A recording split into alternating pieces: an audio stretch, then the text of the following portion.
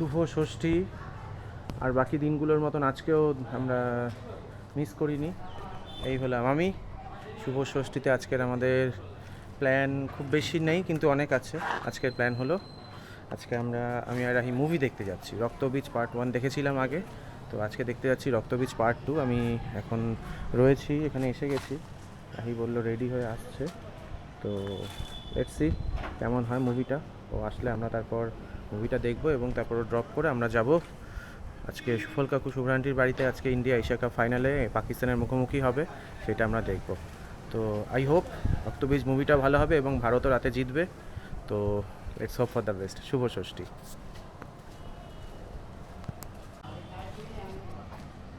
আমরা এখন রক্তবীজ দেখতে যাব।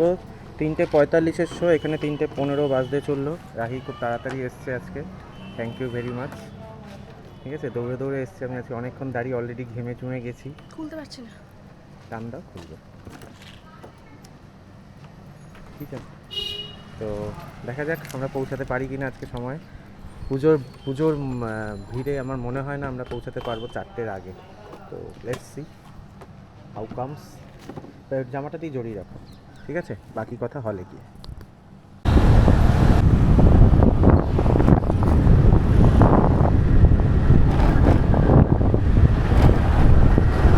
আমাদের আজকে অনেকটা দেরি হয়ে গেছে, তাড়াতাড়ি করে যাওয়ার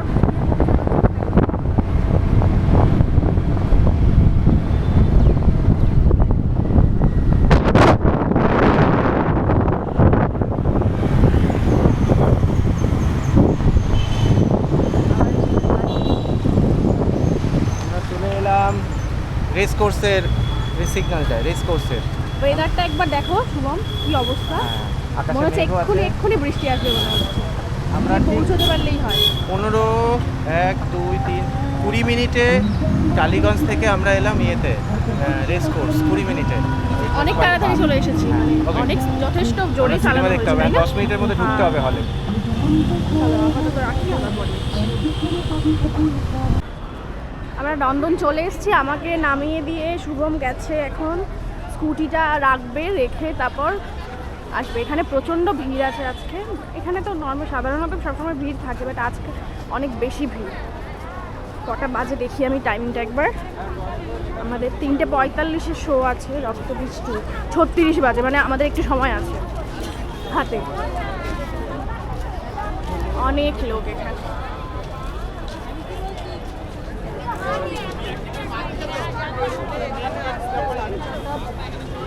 কত লোক, একদম নন্দনের সামনে একটু এগিয়ে যাই, গিয়ে দাঁড়াই, ঢুকিয়ে দেবে মনে হচ্ছে। ঢুকছে, অনেকেই ঢুকছে। আমি একটু দাঁড়াই, শুভম আসলে তারপর একসাথে ঢুকবো।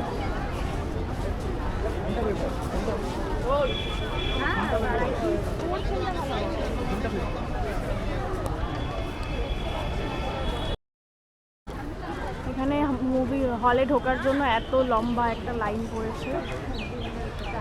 আমিও দাঁড়িয়ে আছি আপাতত।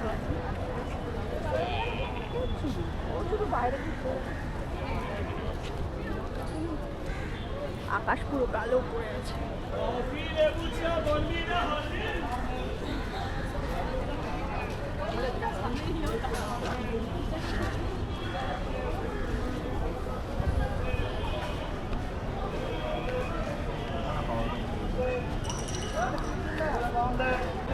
না হয়নি, দাঁড়াও। হয়েছে, পার্কিং হয়ে গেছে তোমার ঠিকঠাক? কতক্ষণ দাঁড়িয়ে আছি, ওরা সবাই লাইন দিয়ে ঢুকে গেছে। চলো আমরা যাই, টিকিটটা নাও। আমরা এবারে মুভিটা দেখে এনজয় করি। রঘুরাঘাত না, কি জানো? রক্তবীজ, সরি রক্তবীজ। আমরা ঢুকে যাচ্ছি, লোকজন ঢুকছে। রক্তবীজ 2 পার্ট 2। লেটস সি কেমন হয়। আমরা এখন রয়েছি নন্দন চত্বরে। আমরা দেখে নিলাম সিনেমাটা। সিনেমার নাম হলো রক্তবীজ। যারা দেখে আসলেন তাদের মধ্যে একজনকে পেয়েছি আমি এখানে। হ্যাঁ, কেমন লাগলো আপনার সিনেমাটা? ভালো লেগেছে খুব। আমরা তো রক্তবীজ 1ও দেখেছি, হ্যাঁ, দেখে সেটা ভালো লেগেছে বলেই আবার 2টা দেখতে আসলাম। মানে পুজোর মধ্যে আমরা ফাইনাল করতে। কেমন লাগলো? 10-এ কত দেবেন? 7। 10-এ 7। 7। আচ্ছা, আগেরটাকে 8 দেওয়া যেত, আসলে এটাকে 7 দেব। আপনি কার অভিনয় সবচেয়ে বেশি ভালো লাগলো? আবিরের অভিনয় তো ভালো লেগেছে অবশ্যই, ভিক্টর হ্যাঁ। ব্যানার্জির অভিনয় ভালো লেগেছে, মিমি হ্যাঁ। চক্রবর্তীর অ্যাক্টিং একদম ভালো লাগেনি, আচ্ছা। লাগেও না সেটা না। আচ্ছা। অঙ্কুশের অভিনয় ভালো লেগেছে, আর কৌশানীরও কৌশানীও আর? ভালো অভিনয় অ্যাক্টিং করে। আর আর তো বিশেষ কারোর অভিনয় তো আলাদা করে বলার নেই। স্টোরি লাইন ভালো লেগেছে? স্টোরি 1টা আরো বেশি ভালো লেগেছে, 2টা ভালো, এই definitely সিনেমার ভালো। স্টোরিটা? হ্যাঁ ভালো, এটা তো একটা দুটো দেশ মিলিয়ে একটা স্টোরি দেখালো। ওই মানে দেশের যে prime এটা minister বাংলাদেশের সাথে ভারতের একটা সম্প্রীতির চেষ্টা চলছে। চেষ্টা করছে ওরা ওদের মতো করে। আচ্ছা, ঠিক আছে। আপনার এবার কোথায় যাওয়ার আছে কোথাও? কয়েকটা ঠাকুর দেখবো, ও, বাড়ি যাবো। ঠিক আছে। আর আজকে কোথাও খেলা টেলা দেখার কিছু প্ল্যান? বাড়ি যাই, বাড়ি গিয়ে তারপরে তো খেলা তো আজকে আছে বোধহয় 7:30 দিয়ে, সাড়ে- না, হ্যাঁ, 7:30 8টা থেকে। 8টা দিয়ে খেলা আছে। ইন্ডিয়া পাকিস্তান তো এশিয়া বাড়ি কাপ যাই, ফাইনাল তারপরে আছে, দেখা ইম্পর্টেন্টলি। ওকে।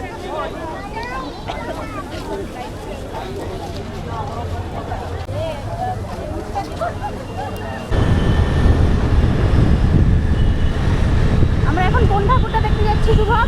আমরা সিগন্যালে আটকে গেছি সিগন্যাল দিয়ে দিয়েছে। হ্যাঁ 90 সেকেন্ড। বলো।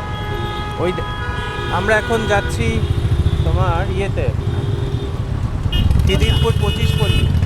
খিদিরপুর 25 পল্লী। আমরা খিদিরপুর 25 পল্লীটা যাওয়া হয় না সাধারণত, তো আমরা সেখানেই যাচ্ছি অনেকদিন বাদে। এবার একটুখানি, যেমন বেহালার আমরা দু একটা দেখতে গেছিলাম, তো এখন আমরা খিদিরপুর 25 পল্লী। বেহালা খুবই কম দেখেছি আসলে, বাট একদিন গেছিলাম, না অন্যান্য বছর আজকে ফেরার সেটাও সময় যাওয়া যদি হয় না। সম্ভব হয় আমরা বেহালা ফ্রেন্ডসটা একটু দেখবো। দেখা যাক কেমন কি ভিড় হয়, সেটার উপর ডিপেন্ড করবে, কারণ আজকে আমাদের কাছে খুব বেশি একটা সময় নেই, টাইমটা ভীষণ লিমিটেড, এই জন্য দেখা যাক। তো এই রাস্তার ভিডিওটা বেশ ভালো লাগবে দেখতে তোমার। হ্যাঁ হ্যাঁ।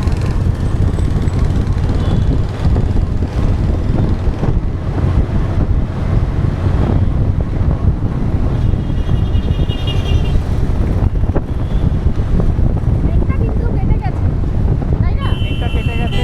বিকালে যখন যাচ্ছিলাম মুভি দেখতে তখন বেশ ভালোই মেঘ করেছিল, আকাশটা কালো হয়েছিল। আমি তো রেনকোট নিয়ে বেরিয়েছিলাম। রেইনকোট নিয়ে বেরিয়েছিলাম, কিন্তু ওখান থেকে বেরিয়ে, হল থেকে বেরিয়ে দেখলাম না, ওয়েদারটা আবার নর্মাল হয়ে গেছে, আকাশটাও পরিষ্কার।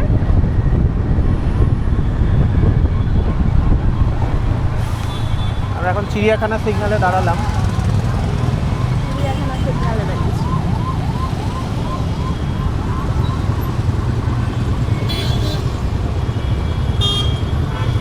এই মেন রোড দিয়ে গেলে এটা একটা সমস্যা, প্রতিটা সিগন্যালে দাঁড়াতে হয়। এখানে 136 সেকেন্ড দেখাচ্ছে, তাই তো? হ্যাঁ। দাঁড়িয়ে গেছি এখন। আমরা আমাদের আজকের প্রথম মণ্ডপে চলে এলাম। খিদিরপুরা। খিদিরপুরম 25 পল্লিম। খিদিরপুর 25 পল্লী। আমরা খিদিরপুর 25 পল্লী ক্লাব। নর্মালি আমরা এদিকগুলো কভার করি না খুব একটা। আমি কখনো আসিনি, আজকে ফার্স্ট টাইম। আমি বহু বছর আগে মাকে নিয়ে একবার এসেছিলাম, তো ভালো করে এখানে প্যান্ডেল ভালো করে। মানে কলকাতার পুজোর লিস্ট যদি করা হয় তাহলে তার খিদিরপুরে মধ্যে থাকে এই অঞ্চলটা। তো আজকে আমরা অনেকদিন পাশে বাদে, আরেকটা আছে দেখলাম, 74 পল্লী ওখানে থাকে। তো এটা হয়ে গেলে ওটাও হয়।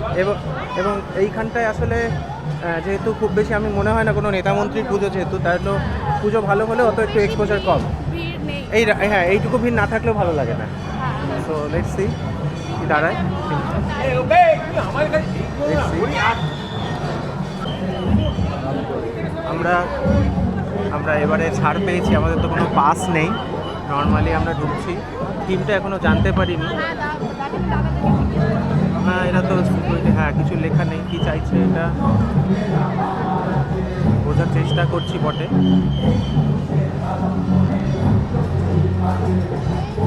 আমরা আস্তে আস্তে খিদিরপুর 25 পল্লী পুজো মণ্ডপে এগিয়ে চলেছি। বাঁশির শব্দ আসছে, এদিকে আমার ফোনটাও বাজছে, মা ফোন করছে, পরে কল ব্যাক করবো মাকে।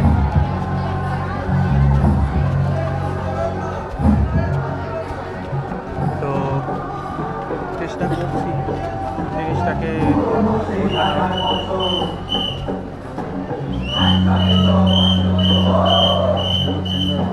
হ্যালো, আমি একটু ভিডিও করতে পারবো।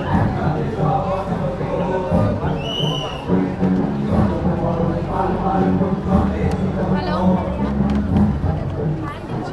আমি এখনো থিমটা বুঝতে পারছি না, কিন্তু প্রতিমাটা অসম্ভব সুন্দর। দাঁড়িয়ে থাকবেন না, এগোতে থাকুন।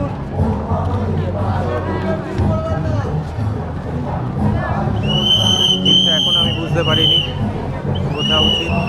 এদিক থেকে বার করে দিল, আমি সে ভালো লাগলো যা দেখলাম, কিন্তু থিমটা বুঝলাম না, তো তাই জন্য তো ঠিক আছে, ভালোই। এখান থেকে আমরা বেরিয়ে গেলাম। তো আমরা এরকম একটা প্যান্ডেল খুব একটা দেখতে অভ্যস্ত নই, যেটা কিনা আমরা ভালো লাগলো, অথচ থিম বুঝতে পারলাম না। ওদিকে আমার মা ফোন করেছে, রাহি কথা বললো মায়ের সাথে, ঠিক আছে। তো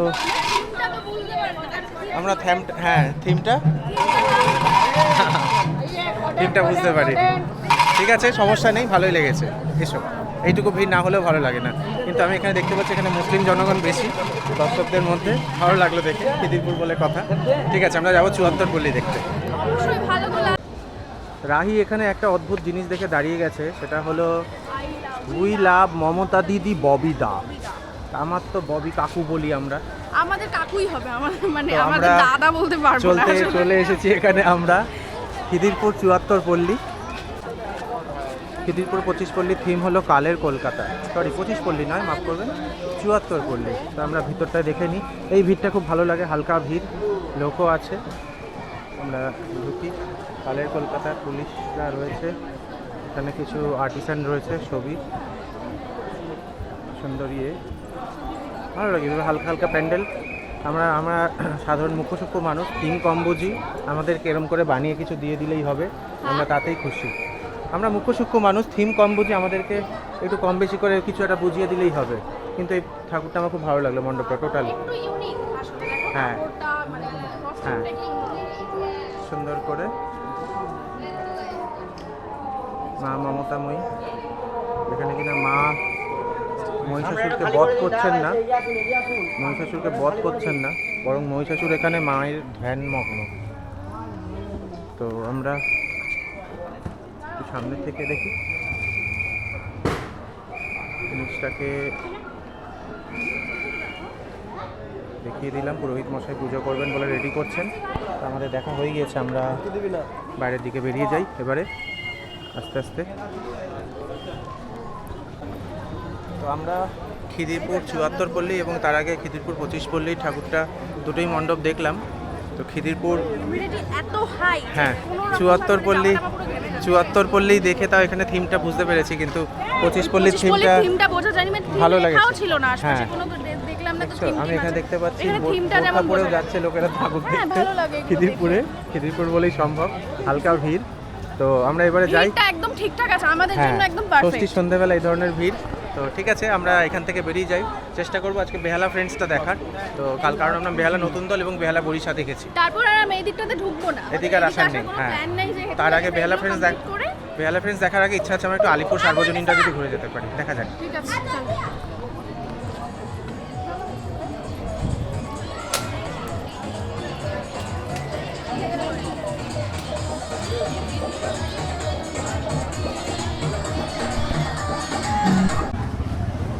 আমি এটা দেখাতে ভুলে গেছিলাম, একটু গল্পে মশগুল ছিলাম।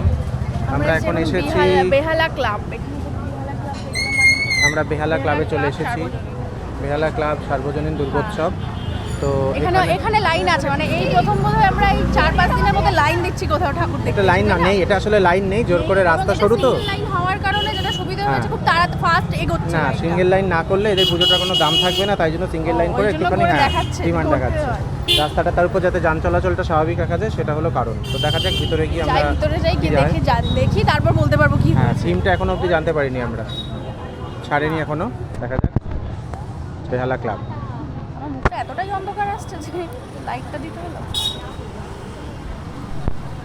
আমরা ঢুকে গেলাম বেহালা ক্লাব। থিমটা দেখতে পাচ্ছি মন চাষ, কলকাতা প্রেমের শহর, বিপ্লবের শহর, মিছিলের শহর, গঙ্গার সুর গায় মন চাষ। আচ্ছা, শহরের বুকেই মুক্তর মুখবদ্ধ হয়ে জড়িয়ে থাকে কবি বলেছেন, এই শহরের ঋতুগুলি যেমন কবিতা জায়গায়, সেমনি আড্ডা জায়গায়, মহাভারত, গ্রিস হয়ে আরও পাশ্চাত্য ইত্যাদি ইত্যাদি ইত্যাদি। আমি এত পড়ার সময় পাচ্ছি না, লাস্টে 2 লাইন পড়ি। মণ্ডপে নস্টালজিক খণ্ডচিত্রে সাংকেতিক আবহে মানুষ ফিরে পাবে এ শহরের ঐশ্বর্যশালী আড্ডা সমান্তরাল দর্পণ, যে দর্পণে ফুটে উঠবে মন চাষে ওঠা, ফলে ওঠা সমৃদ্ধ আড্ডা সত্যি। এই আমাদের এবার উঠতে হবে। পড়াশুনো শিখেও যদি আলটিমেটলি এই থিমগুলো আমি ভালো করে বুঝতে না পারি। আমি জানি না সমস্যাটা কোথায়, আমার নাকি যে পড়াশোনা শিখিয়েছে নাকি যারা থিমটা করেছে এইভাবে। যাই হোক, এখন অবধি ঢুকে পুরো মাটির প্যান্ডেল দেখছি, ভালো লাগছে। থিমটা বেশ ভালো ব্যাপার। সেটা কি, এখানে নন্দন দেখতে পাচ্ছি, নন্দন, কলকাতার মন চাষ, কলকাতার নস্টালজিয়া, আমাদের যেটা ব্যাপার রয়েছে এইসব রয়েছে। তো আলো খুব কম, আমি জানি না আলটিমেটলি কীরকম আসছে। ভিতরটা বেশ ফাঁকাই আছে। দিদি দেখি সাইড কফি হাউসের চেয়ার পেতেছে, তো আমাদের তাড়াতাড়ি হয়ে যাচ্ছে জিনিসটা আলটিমেটলি। সো আলটিমেটলি ঘুরে ঘাড়ে আমরা চলে এসেছি মাটির বাড়িতে। মাটির বাড়িতে প্যান্ডেল আছে এখানে আমাদের মায়ের এখানে দেখতে পাচ্ছি এই জায়গাটা মা রয়েছে, সুন্দর মণ্ডপ, কিছু জিনিস হচ্ছে, পুজো আয়োজন তো এখানে এখনো হচ্ছে, কিন্তু ভীষণ সুন্দর মণ্ডপ।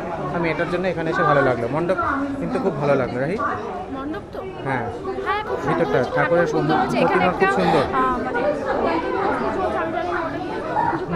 কাজ পুজোর জন্য, হ্যাঁ, ভীষণ সুন্দর মণ্ডপ হয়েছে।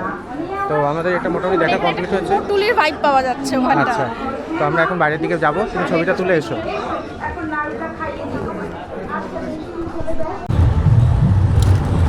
আমরা আমাদের আজকের বেরোনো ডেট কমপ্লিট। আমরা এখন রাহির পাড়া দিয়ে আমরা ফিরছি। এই হলাম আমি আর রাহি সবাই। আজকের মতো আমাদের হয়ে গেছে ডেট, যা 2-3টে ঠাকুর দেখলাম, সবকটাই ভালো হয়েছে। এখন বাড়ি ফিরছি, আবার যা হবে কালকে আমাদের এখন বাড়ি ফেরার তারা, কারণ ইন্ডিয়া আর পাকিস্তানের ফাইনাল। ম্যাচ আছে আজকে। টসে জিতে ইন্ডিয়া বোলিং নিয়েছে, আর এখানে আমরা একটা ঠাকুর দেখতে পাচ্ছি, এখানে ইয়ে হচ্ছে।